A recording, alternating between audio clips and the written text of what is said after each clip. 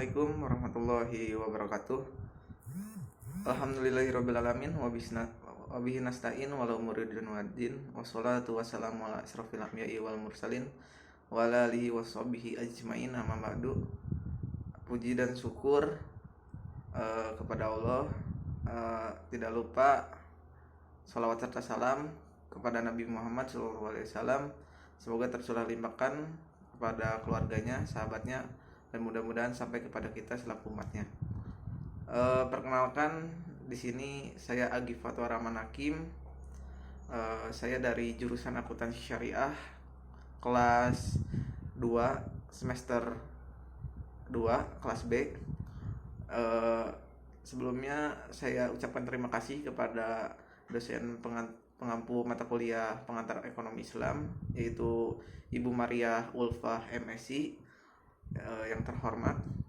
Dan kebetulan di sini saya akan membawakan materi mengenai wirausaha dalam Islam sebagai bentuk ujian akhir semester mengenai tugas pengantar ekonomi Islam, pembuatan video, di mana wirausaha dalam Islam sendiri sebenarnya ini materi yang sudah disampaikan di beberapa pertemuan di kelas, cuma saya akan bawakan kembali secara rinci dan detail, di mana wirausaha sebenarnya secara pengertian harfiah yaitu suatu kegiatan yang dimana merupakan bentuk usaha yang dilakukan oleh perorangan untuk mengembangkan suatu bisnis agar mendapatkan suatu keuntungan.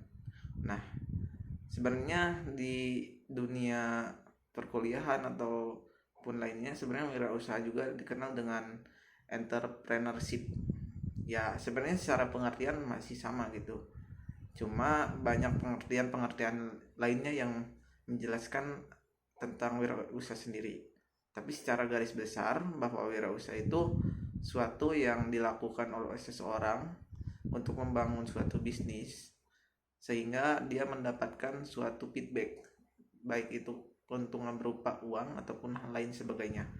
Nah, di sini juga ada beberapa tokoh yang berpendapat mengenai wirausaha. Salah satunya dari Marzuki Usman berpendapat bahwa wirausaha adalah orang yang mempunyai kemampuan menggunakan baik dari segi keuangan, bahan mentah ataupun tenaga kerja untuk menghasilkan produk dengan bisnis baru yang membuat organisasi usaha yang bekerja secara baik gitu, agar dapat meraih keuntungan gitu atau tujuan dari si pelaku wirausahanya sendiri gitu. Mungkin ada beberapa lagi nama tokoh, tapi itulah detailan secara pengertian untuk wirausaha sendiri.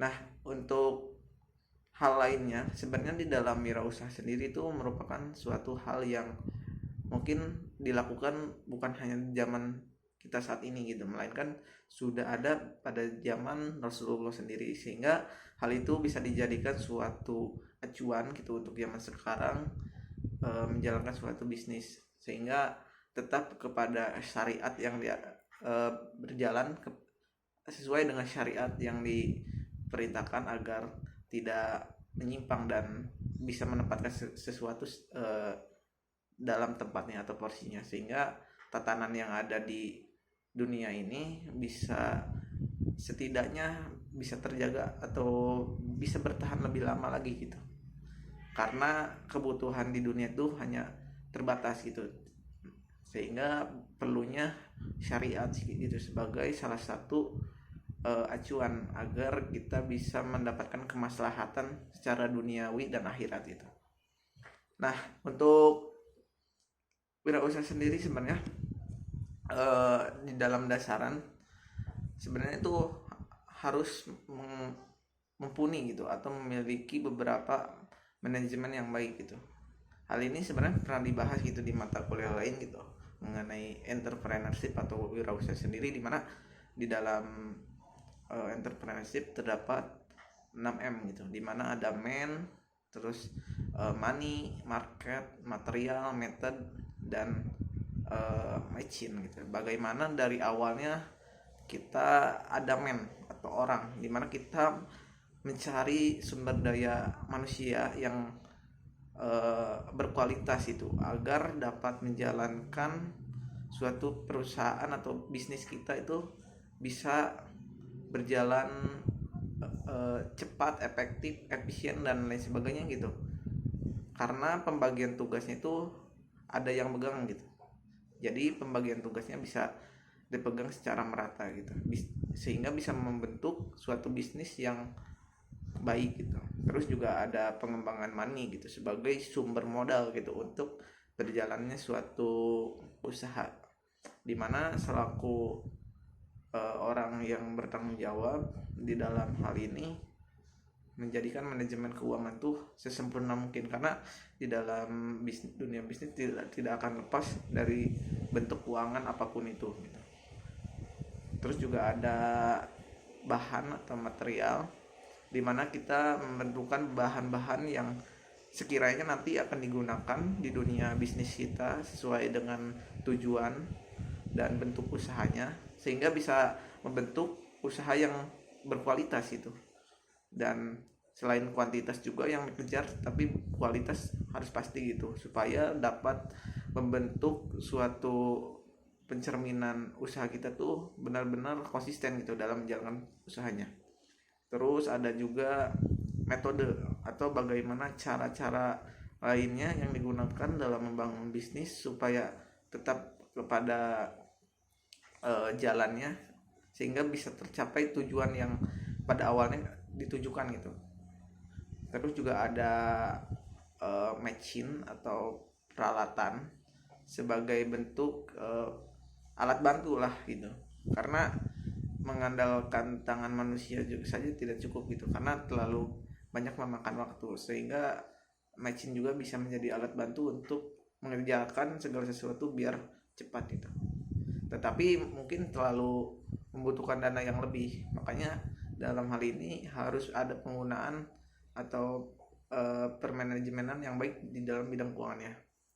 Terus yang terakhir juga ada market gitu sebagai pemasarannya, karena sebagai dunia bisnis, market adalah akhir dari suatu bisnisnya gitu, karena kita akan memasarkan atau menjual kepada konsumen gitu, bagaimana produk kita ini bisa bersaing dan laku di dunia bisnis itu sendiri gitu. Sehingga kita harus bisa uh, membaca ataupun menganalisis dunia market yang ada di sekitar, sehingga bisnis itu bisa berjalan dengan uh, rencana gitu.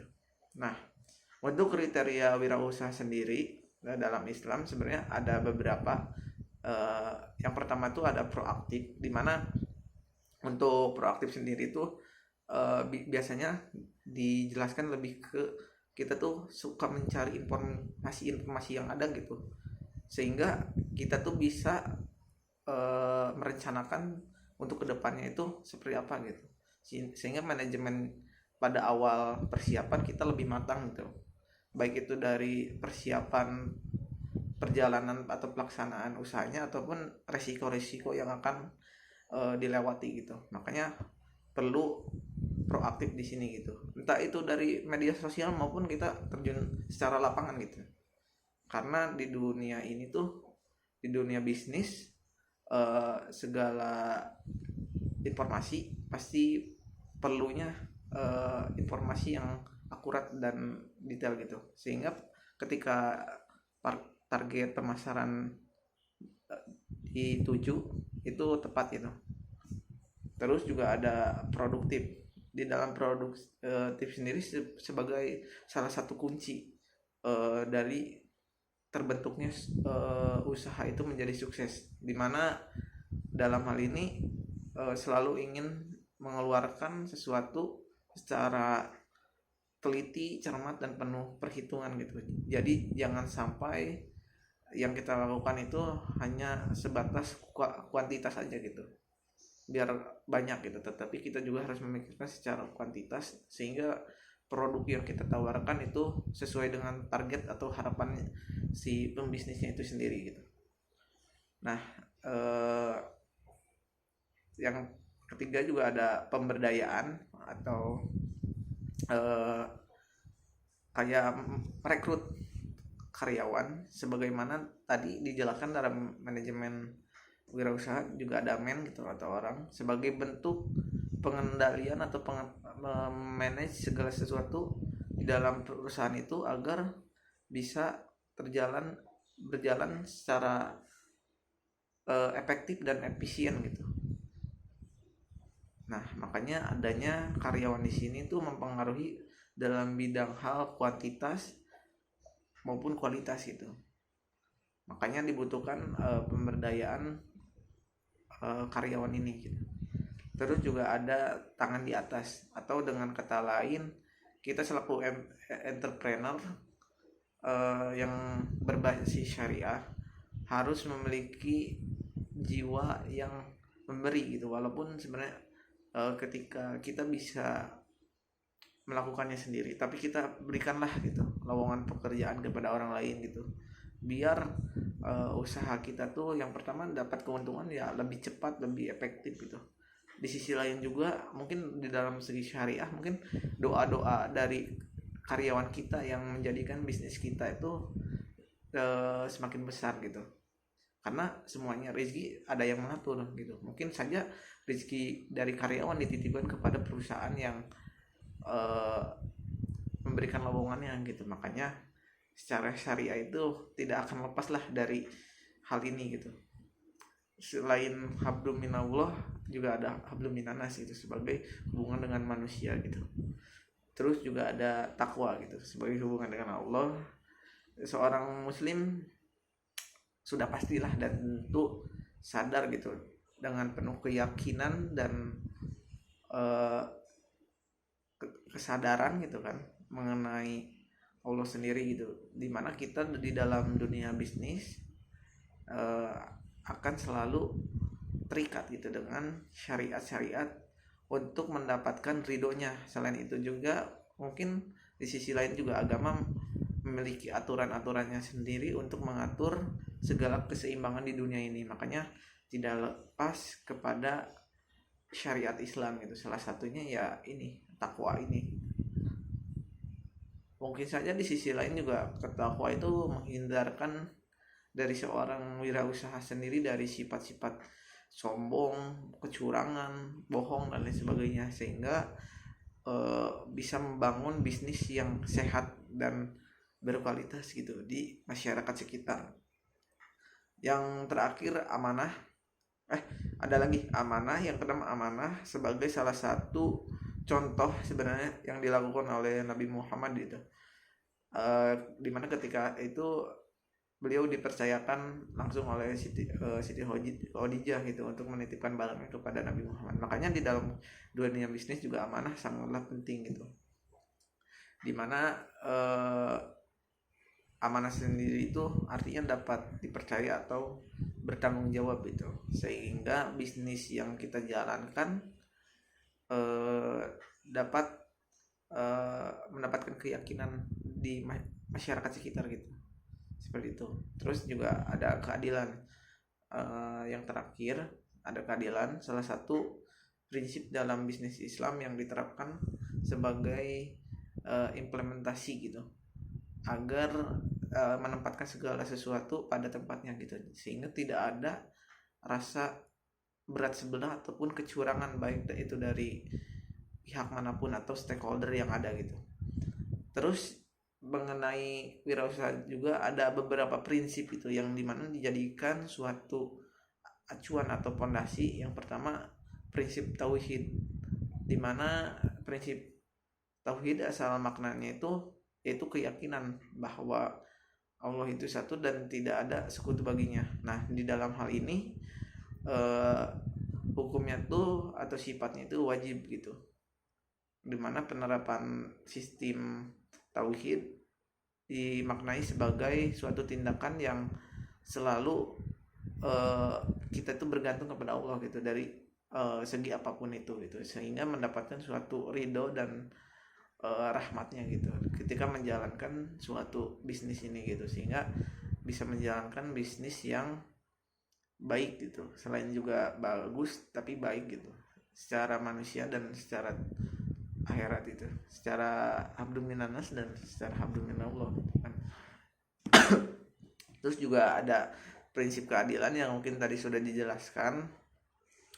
Mungkin adil sendiri kan tadi sudah dijelaskan ya, bagaimana adil itu adalah menempatkan segala sesuatu pada tempatnya, sehingga dalam hal ini kita bisa apa ya, kayak membentuk usaha ini yang sehat gitu di masyarakat sekitar gitu, ataupun hal lainnya bersangkutan dengan keadilan itu sendiri gitu.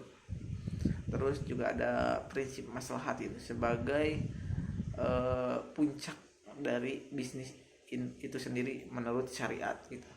Karena maslahat sendiri itu tidak lepas daripada suatu fikih atau suatu hukum yang berlaku di dalam Islam yang mengatur agar segala sesuatu tuh sesuai tempatnya gitu. Ya fungsinya untuk kemaslahatan atau keuntungan gitu, baik di dunia maupun di akhirat itu. Jadi dijauhkan dari segala sesuatu yang kurang baik gitu. Makanya maslahat ini menjadi salah satu puncak di dalam suatu bisnis. Mungkin banyak hal lainnya yang mungkin tidak saya jelaskan, tetapi itu beberapa yang materi yang saya bawakan mengenai kewirausahaan dalam Islam. Dan selebihnya mungkin untuk materi keislaman sendiri itu pasti tidak akan jauh daripada contoh-contoh yang pernah dilakukan oleh Nabi Muhammad, yang dimana itu diatur baik itu dalam hadis maupun dalam Al-Quran sendiri gitu, sehingga dalam bisnis ini bisa membangun usaha yang sehat, berkualitas, dan juga baik gitu, baik secara manusia ataupun secara Allah sendiri gitu. Karena kita berdasarkan syariat itu ya, walaupun kita tidak akan sempurna dalam membangun usaha, tapi setidaknya kita mencobanya gitu. Mungkin kurang dan lebihnya mohon dimaafkan. Wassalamualaikum warahmatullahi wabarakatuh.